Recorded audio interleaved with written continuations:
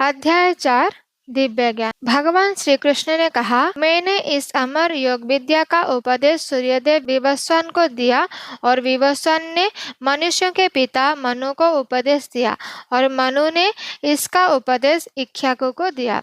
श्लोक 2। इस प्रकार यह परम विज्ञान गुरु परंपरा द्वारा प्राप्त किया गया और राजर्षियों ने इसी विधि से इसे समझा, किंतु कालक्रम में यह परंपरा छिन्न हो गई, अतः यह विज्ञान यथारूप में लुप्त हो गया। श्लोक 3।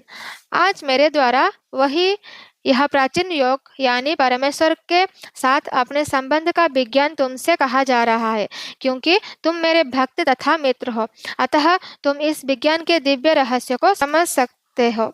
श्लोक 4। अर्जुन ने कहा, सूर्यदेव विवस्वान आपसे पहले हो चुके हैं, तो फिर मैं कैसे समझूं कि प्रारंभ में भी आपने उन्हें इस विद्या का उपदेश दिया था। श्लोक 5। श्री भगवान ने कहा, तुम्हारे तथा मेरे अनेकानेक जन्म हो चुके हैं, मुझे तो उन सब का स्मरण है, किंतु हे परम तप, तुम्हें उनका स्मरण नहीं रह सकता। श्लोक 6।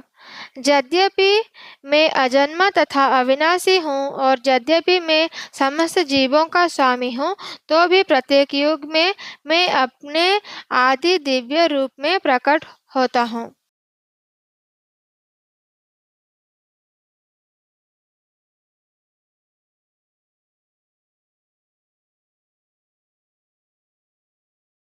श्लोक 7। हे भरतवंशी, जब भी और जहाँ भी धर्म का पतन होता है और अधर्म की प्रधानता होने लगती है, तब तब मैं अवतार लेता हूँ। श्लोक 8। भक्तों द्वारा उद्धार करने, दुष्टों का विनाश करने तथा धर्म की फिर से स्थापना करने के लिए मैं हर युग में प्रकट होता हूँ। श्लोक 9। हे अर्जुन, जो मेरे आविर्भाव तथा कर्मों की दिव्य प्रकृति को जानता है, वह इस शरीर को छोड़ने पर इस भौतिक संसार में पुनः जन्म नहीं लेता, अपितु मेरे सनातन धाम का प्राप्त होता है। श्लोक 10। आसक्ति, भय तथा क्रोध से मुक्त होकर मुझ में पूर्णतया तन्मय होकर और मेरी शरण में आकर बहुत से व्यक्ति भूतकाल में मेरे ज्ञान से पवित्र हो चुके हैं।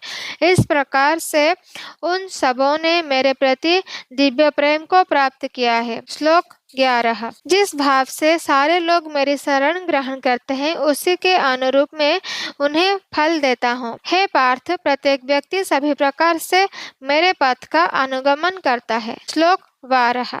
इस संसार में मनुष्य सकाम कर्मों में सिद्धि चाहते हैं, फलस्वरूप वे देवताओं की पूजा करते हैं।